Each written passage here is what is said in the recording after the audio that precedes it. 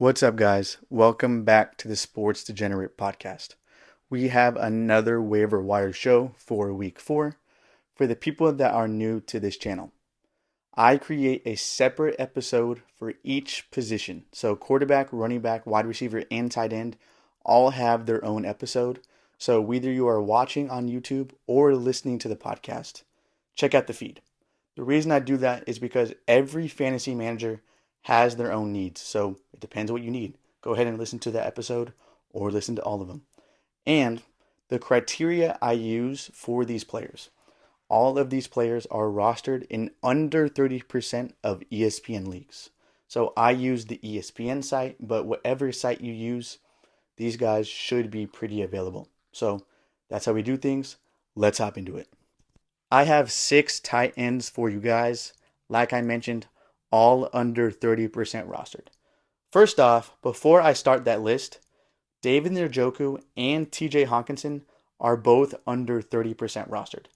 They are currently hurt, but they are going to come back at some point, and those are elite tight ends. So check if they are available and pick those guys up. But for the list, I am going to start off with my most favorite, go down to my least favorite.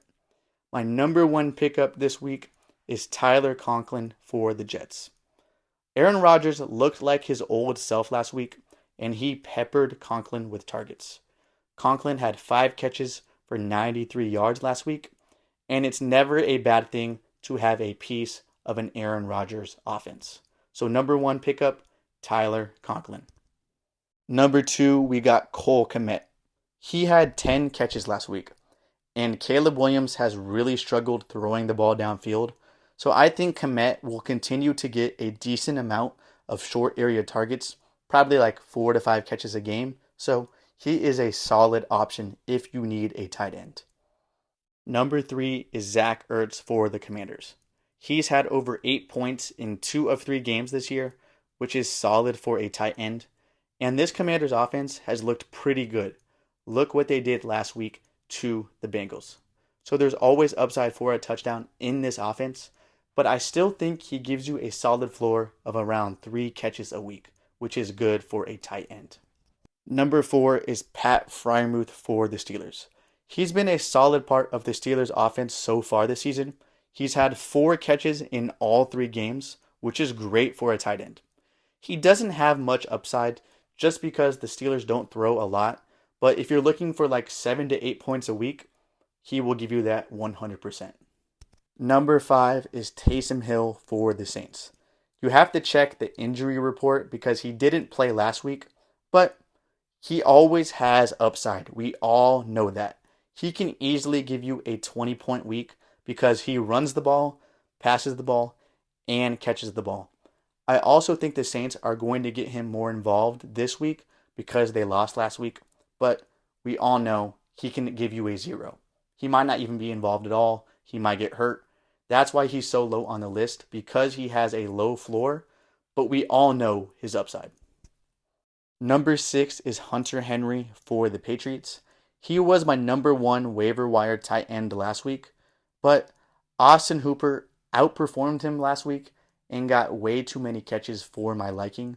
So I'm worried the volume isn't guaranteed for him, but if you need a tight end, we've seen him have big games so many times in his career, so he has upside. I also want to bring up some streaming defenses for you guys. I have 3 options, all under 30% rostered. So my favorite is the Tennessee Titans.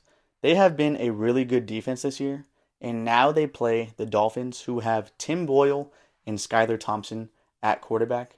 Sign me up all day. My second option is the Atlanta Falcons. They play Derek Carr. So Derek Carr can always have some interceptions. He showed it last week.